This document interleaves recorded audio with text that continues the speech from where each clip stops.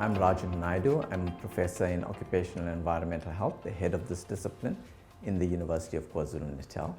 I've been involved in this field now for approximately 30 years, and I'm a graduate from the University of Natal Medical School, and I did my postgraduate training in occupational health at the University of Cape Town, and then a master's in public health, and I followed that up with a PhD, both at the University of Michigan in the United States.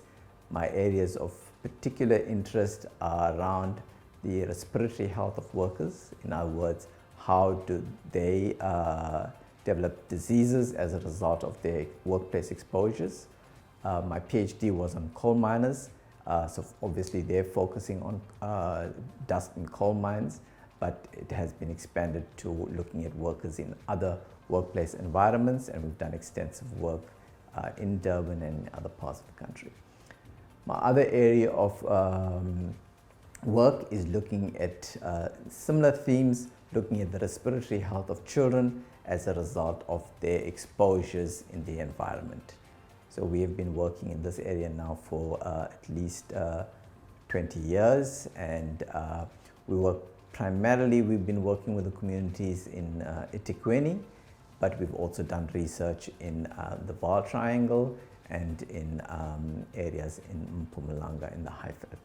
And all the time it is how do environmental air pollution impact on the respiratory health of children.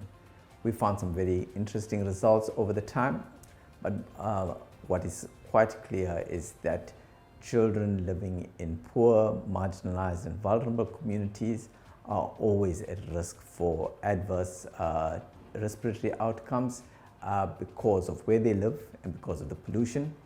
The ability of both government and the other key role players, in other words, the polluters, in responding to the needs of these communities is generally inadequate. So it's always about the balance of economic incomes, of the provision of jobs, balanced against health of people, health of communities. And we see this played out extremely to the extremes in places like Durban.